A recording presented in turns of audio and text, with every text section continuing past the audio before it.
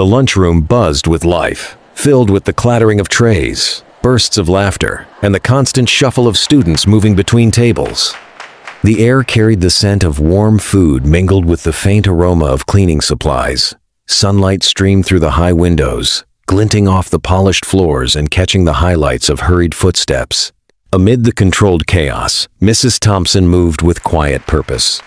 Her hands, steady and practiced, wiped down tables, arranged trays, and moved from line to line with the rhythm of someone who had spent years serving hundreds of children every day. Her eyes swept across the room, taking in the familiar sights.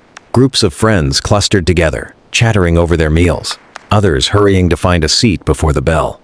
And then, at the far corner, she noticed him. A small boy, no older than 12, sat alone.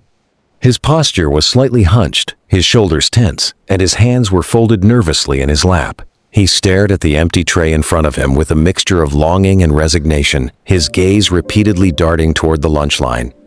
Unlike other children who called out for their friends or asked for something, he remained quiet. He did not ask. He did not complain. He simply waited, seemingly resigned to whatever fate the day had brought him. Mrs. Thompson felt a familiar tug at her heart. She had encountered hunger before in her years working at the school, but there was something about this boy that struck her differently.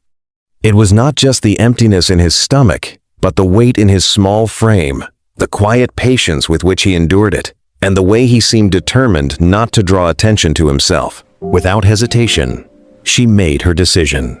Moving behind the counter, Mrs. Thompson selected a plate that had been prepared earlier. Carefully, she arranged a sandwich, a small container of fresh fruit, and a carton of milk.